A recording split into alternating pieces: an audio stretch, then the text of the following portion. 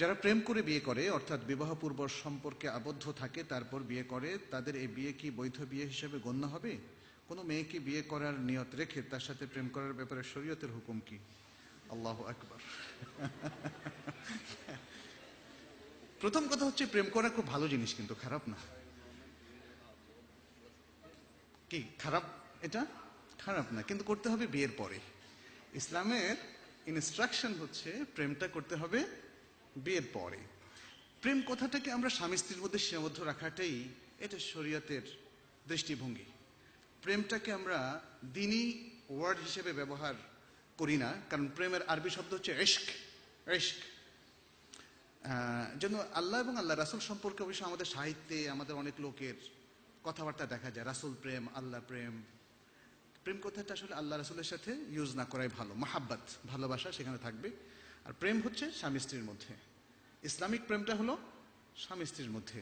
এখানে যেটা বলেছেন যে যাকে বিয়ে করতে চান তার সাথে আগেই প্রেমের সম্পর্ক পাতানো যায় কিনা, না, এটার কোনো বিধান শরীয়তে নাই। এটা অবৈধ প্রণয় হিসেবে গণ্য হবে।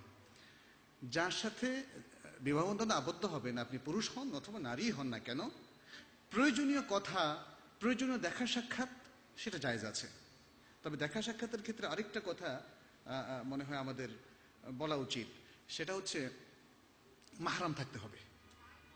মানে যিনি প্রস্তাব করছেন, তিনি যে নারীকে বিবাহ করতে চান, সে নারীর সাথে তিনি নির্জনে একসাথে হতে পারবেন না, নির্জনে বেড়াতে যেতে পারবেন না, নির্জনে গিয়ে পার্কে বসতে পারবেন না।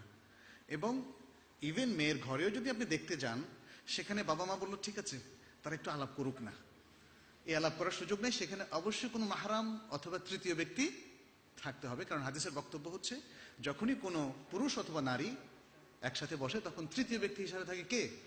শয়তান। তো শয়তানকে তো আমরা খালি জায়গাই করে দিচ্ছি, আর জায়গা দেওয়া যাবে না। আর জায়গা আচ্ছা, যারা আগে প্রেম করে ফেলেছেন অলরেডি, কি করবেন এখন? মানে প্রস্তাব হচ্ছে এখন কি বিয়ে করতে পারবেন কিনা। প্রথম কথা হচ্ছে আপনি তওবা করেন। এই যে অবৈধ প্রণয়টা আপনি কন্টিনিউ করছেন, এটা তওবা করে বন্ধ করতে হবে। ইসলামিক এটিকেটটাকে আপনাকে মানতে হবে, যে এতদিন একজন ছেলের সাথে অথবা একজন মেয়ের সাথে আর একজন ছেলে সম্পর্ক রেখে এসছেন, যেটা ইসলাম পারমিট করছে না। এখানে আপনাকে তওবা করতে হবে। তওবা মানে কি? প্রথমেই আপনার জানার পরে আপনাকে আফসোস করতে হবে, একটু একটু অনুতপ্ত হতে হবে, আরে আমি তো এটা পাপ করেছি। দ্বিতীয় হচ্ছে সাথে সাথে অ্যাবস্টেইন করা, বিরত থাকা। তৃতীয় হচ্ছে এটাকে আপনি কন্টিনিউ করবেন না, সেই প্রমিস করা আল্লাহর কাছে, তবে বিয়ের সুযোগ আছে। এই তওবাটা যদি আপনিও করেন, আপনার সেই সাথীও করে, ব্যাস দুজনে পিওর হয়ে গেলেন। তওবা মানুষকে পিওর করে ফেলে, ফলে এরপরে আপনারা বিবাহ বন্ধনে আবদ্ধ হতে পারবেন। খুব দ্রুত আপনাদের কর্তব্য হবে প্রস্তাব পাঠানো, এবং দ্রুত আপনার একদিন দুদিনের মধ্যেও যদি বিয়ে করে ফেলেন, শরীয়তের নিয়ম প্রণালী অনুসরণ করে, তাতে কোনো অসুবিধা নাই। তবে মনে রাখবেন, অবৈধ প্রণয় এর জন্য তওবা শর্ত। খালুয়া, এটাকে বলা হয় আরবিতে খালুয়া। আর খালুয়া সাহিহা মানে হচ্ছে একান্ত নির্জনে বসার কোনো সুযোগ তাদেরকে অল্প টাইমের জন্য, কয়েক সেকেন্ডের জন্য দেওয়া যাবে না। ওটা নিষিদ্ধ। নিষিদ্ধ যেটার পুরোটা নিষিদ্ধ, সেটা স্বল্পটাও নিষিদ্ধ। মদ এক গ্লাস খাওয়াটা বা পান করাটা নিষিদ্ধ, এক ফোঁটাও নিষিদ্ধ।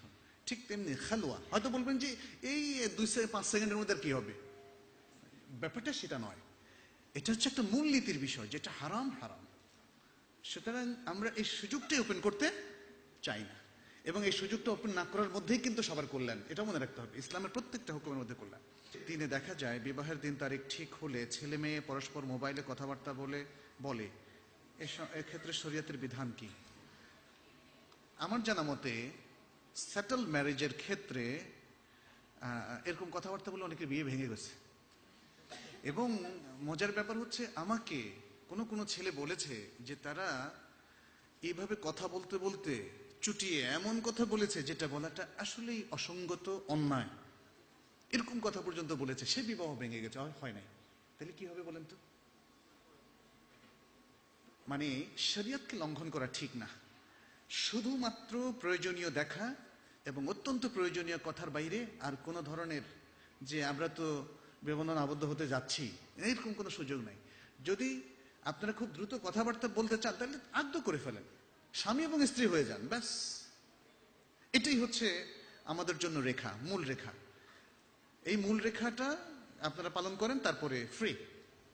বরং ওলিমার জন্য সবকিছু বসে থাকবে না, কিংবা বিবাহ অনুষ্ঠানের জন্য বসে থাকবে না যে আমরা ফ্রি হব 1 বছর বা 6 মাস পরে যখন এই যে ইমানুয়েল হলে একটা অনুষ্ঠান করব তখন।